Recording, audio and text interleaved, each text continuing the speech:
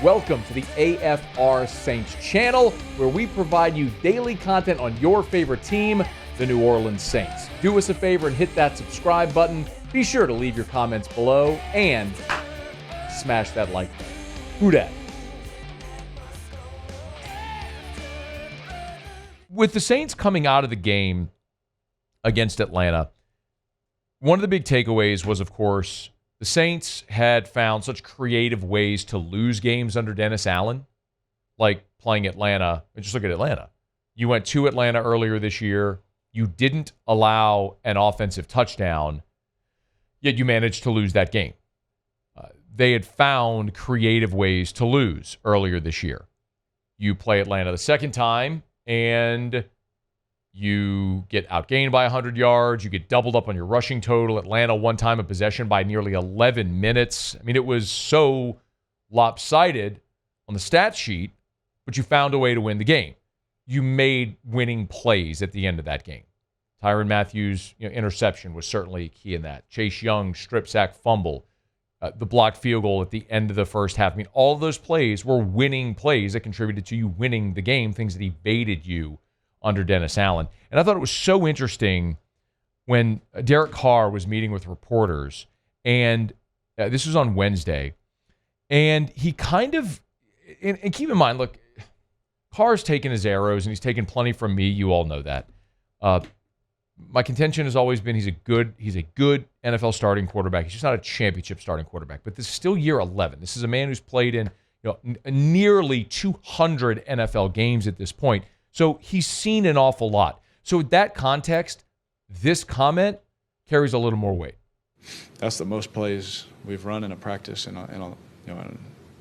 my career, like in a long time. And so we got a lot of good reps. At different speeds, of course, but a lot of good reps, a lot of different looks, and hopefully that translates to you get more time on task on something, we get better at it, and so Lord knows we need to be better at what we're doing right now. So Riz laid out some of the things that I'll let him talk about some of the things that he thinks we need to do better, but he also gave us a plan, and we executed that plan today.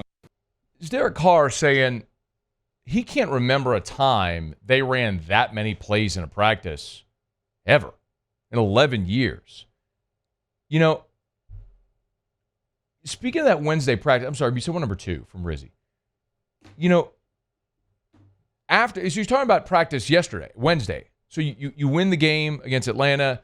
Obviously, Tuesday is an off day in the NFL. They're back at practice on Wednesday. So the first practice of the Browns week, you're not resting on your laurels from beating Atlanta. Derek Carr said it's the most plays he's ever run in a practice. Here was Darren Rizzi after Wednesday's practice. Actually, today went a little bit smoother than last Wednesday. Last Wednesday was a little bit choppy, in my opinion, because it was brand new. I thought we practiced a little bit better today. Last week there was a lot of nuances that maybe we hadn't worked through before and things like that. I was reminded of this over the weekend. We played this when it happened, but it was last January. And you might remember Amy Trask.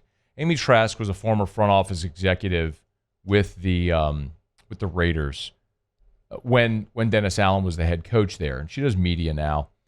And her title was the CEO. She was the CEO of the Oakland Raiders.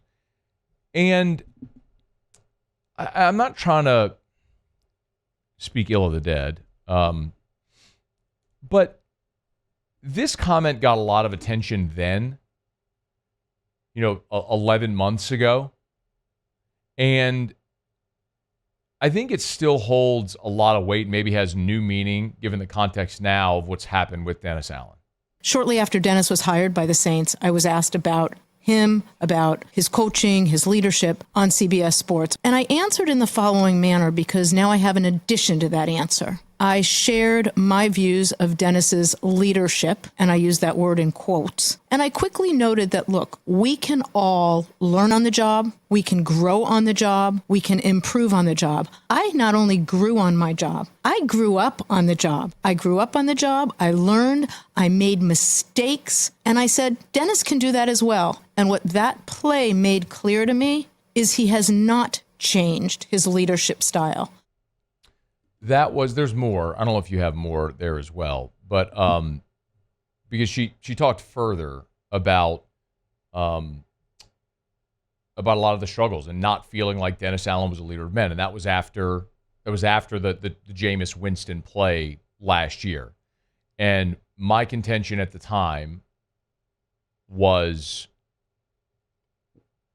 when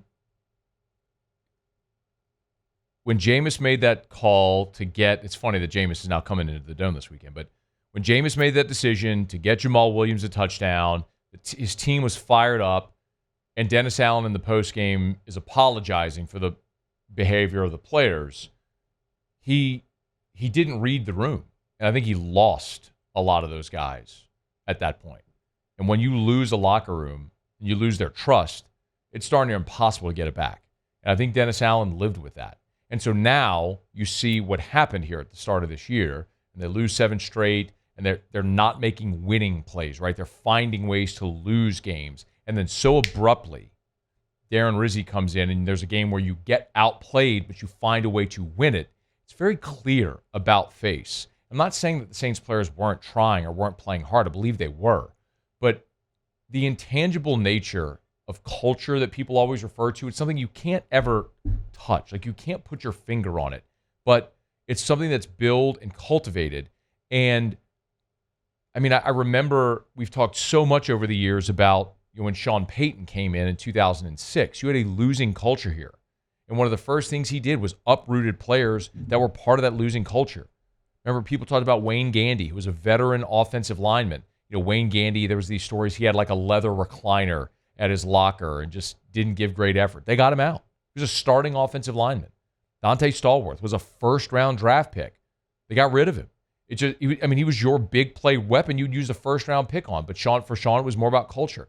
And, you know, after those back-to-back-to-back 7 and 9 seasons, you know, in 12, 13, 14, you know, they started to uproot a lot of those guys. They moved Jimmy Graham out. They got rid of Kenny Stills, Junior Gillette. I mean, valuable players, very good, talented players on the field, but they weren't good culture guys. And the culture meant more. And I think that's as much as anything that you saw with Dennis Allen. And Amy Trask told you that almost a year ago.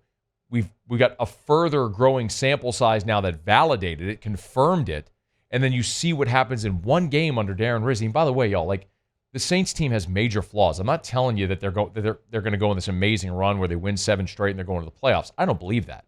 I think they can win this weekend. I think they can beat the Giants in New York, and I think they can beat the Raiders. I think at best you're talking about a 6-win football team. I think at best this is a 6-11 team. They're just so flawed at spots. They're old. I mean, you were outgained on your home field by 100 yards. Atlanta dominated the time of possession. Like, there's going to be that's not always going to go in your favor when you play like that against better teams. So I'm not telling you they're going to turn this thing around and win a ton of games. I'm telling you, it's just very clear. Culturally, you had eroded, but very quickly you were able to get it back when you have the right guy in the front of the room. And for right now, it's pretty clear that's Darren Rizzi, the way he's shaking things up. See how they do this week with Cleveland coming to town. Hey, thanks so much for watching. Please leave your comments. I love to interact, and be sure to hit the red subscribe button below.